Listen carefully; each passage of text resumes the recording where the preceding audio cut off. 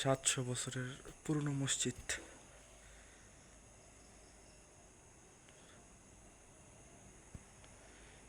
এই মসজিদটিতে 93 বছর যাবৎ 24 ঘন্টা কোরআন তেলাওয়াত হয়।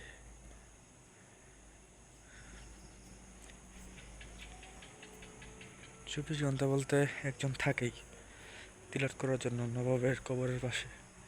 একটু বিশ্রাম নেয় মাঝে মাঝে, আবার তিলাওয়াত করেন। এখন বিশ্রাম নিচ্ছেন, এই জন্য শোনা যাচ্ছে না, কিন্তু ভিতরের ঘরে রয়েছে হাফেজ, যিনি কোরআন তেলাওয়াত করতেছেন এই রুমে। দরজা খোলা রুমের। প্রায় রাত 1টা এখন।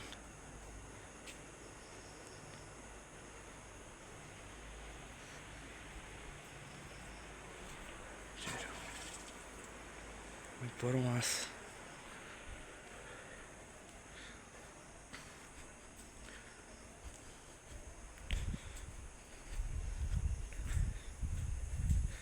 আমি একা আসিনি আজকে মসজিদে, রাত্রি যাপন করতে যাচ্ছি। বেশ কয়েকজন সফর সঙ্গী রয়েছে আমার সাথে, স্থানীয় অনেকেই রয়েছে।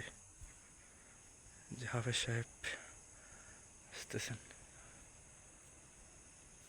দেখছেন কত বড় পুকুর। কুরআন আল্লাহ তাআলা বলছেন যে জান্নাতের বর্ণনা দিতে গিয়ে বলছেন যে বিয়ের পাশে, প্রাসাদের পাশে থাকবে নহর।